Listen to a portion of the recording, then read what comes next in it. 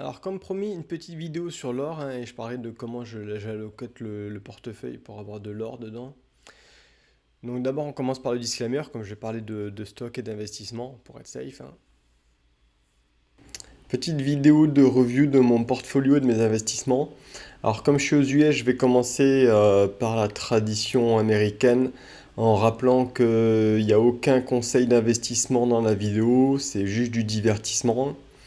Et je vais vous la faire en anglais aussi au cas où il y aurait un américain qui soit perdu sur la vidéo. Nothing in this video is financial advice, it's just for entertainment. You should ask for a professional if you need for any financial advice. And you should also go watch another video because this one will be in French. Ok, du coup maintenant on peut enchaîner. Donc je pense que si vous suivez un petit peu les news, vous savez que le prix de l'or est un all-time all et que les banques centrales achètent de tous les côtés. Donc on va peut-être pas passer 3 heures là-dessus. Mais bon voilà, il y a des tensions, les banques centrales achètent, les particuliers, surtout dans les pays de l'Est, achètent. Euh, Ça commence d'ailleurs aussi dans les pays de l'Ouest, hein, à remonter les achats en fait. Donc historiquement, le prix de l'or en dollars. Donc on voit qu'avant les années 70, ça sert à rien de regarder puisque c'était le prix le dollar était payé sur l'or, donc c'est stable. Et avec Bretton Woods, ils nous ont du coup cassé le lien entre l'or et la monnaie. Et en fait, on voit que depuis, la monnaie perd de sa valeur régulièrement. À chaque injection monétaire, en fait, à chaque fois que le gouvernement vient sauver le monde, le- l'or gagne de la valeur. On voit bien la crise de 2008, quand ils sont venus pour sauver les banques et qu'ils ont dévalué un petit peu la monnaie.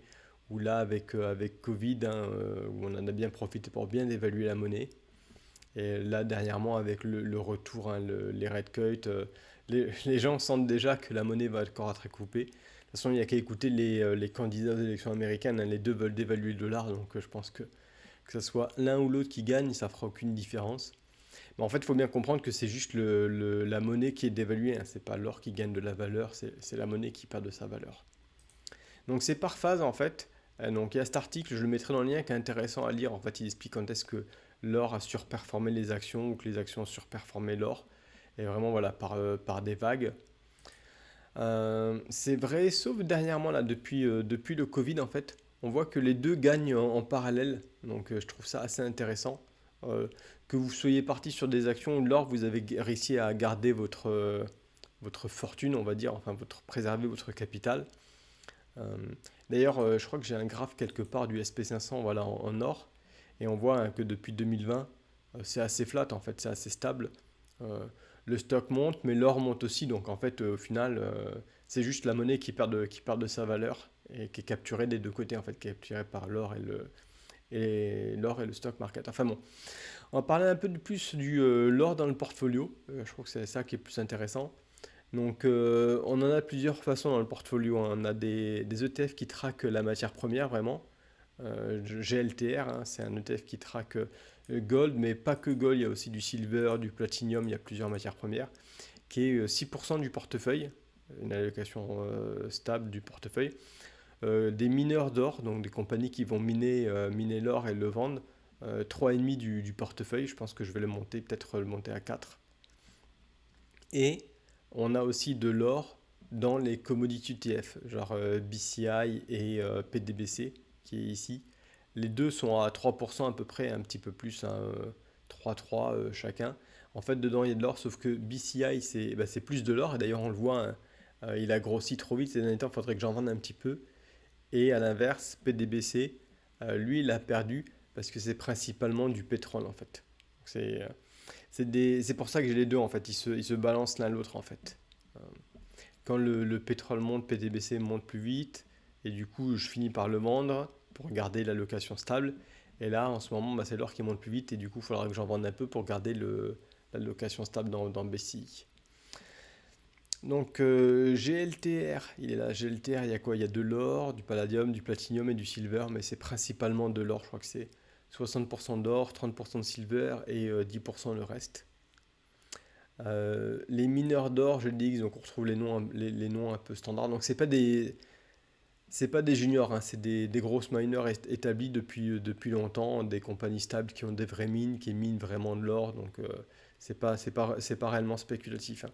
Je dis que je vais en mettre plus parce qu'en fait, oui, les mineurs d'or, leur earning, c'est principalement le prix de l'or moins le prix d'extraire l'or.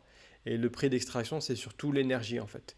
Un petit peu, on va dire, la main-d'œuvre, mais surtout l'énergie. Et vu que le pétrole est pas cher, je pense que j'ai dit qu'il va y avoir des bons earnings bientôt. Et après, bah, c'est ce que je disais, les ETF commodity, donc lui c'est PDBC, qui est plus de l'énergie, donc c'est pour ça qu'il ne performe pas très bien.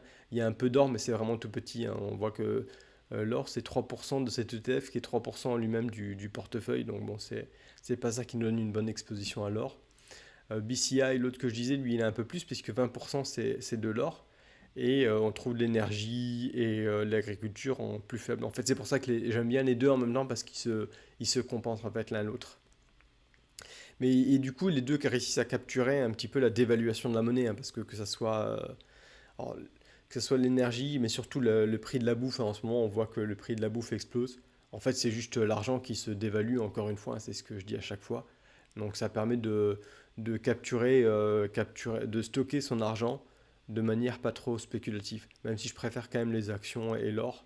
Mais les ETF commodity en général, ça permet d'avoir une exposition un peu plus variée, on va dire. Donc c'est pour ça que j'en ai 3 et 3% pour chacun des deux.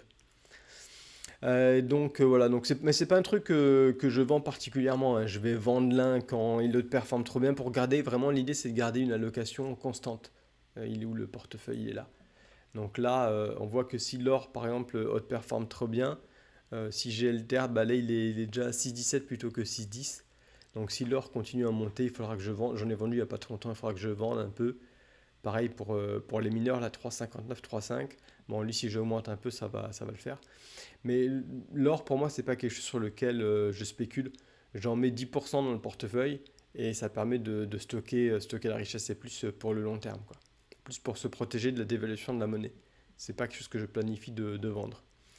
Et c'est là-dessus que je voulais finir justement en parlant de vente d'or. Donc, je sais pas si vous vous souvenez, hein, mais c'était Sarkozy, le grand génie de l'économie, qui avait vendu une partie des réserves françaises de l'or pour renflouer la dette du gouvernement. Donc je ne suis pas persuadé que ce soit une très bonne idée.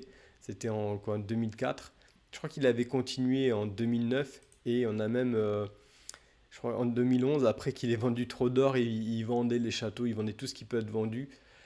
Donc ça me fait sourire parce que quand on voit en plus que la France a encore des problèmes de dette, ça ne m'étonnerait pas que ça continue à vendre un peu toutes les choses qui ont de la vraie valeur dans le pays pour renflouer le train de vie de... Bon, là, c'est un peu mon coup de gueule, hein, mais tous les trucs qui ont de la vraie valeur, on le vend pour renflouer le train de vie des politiques et de Bruxelles. Donc, faites pas la même erreur, gardez une allocation constante en or et sur le long terme, comme on voit, ça garde son pouvoir d'achat et surtout, moi, c'est ce que je dis, hein, c'est un mix stock-or. Et après, bon, sur le court terme, on peut s'amuser à spéculer, hein. Peut-être que je prendrai un call là, pour les mineurs d'or, pour le court terme, pour le fun. Mais voilà, donc c'était un peu ma vision sur l'or et dans le portefeuille, l'allocation de l'or. Sur ce, je vous dis à la prochaine.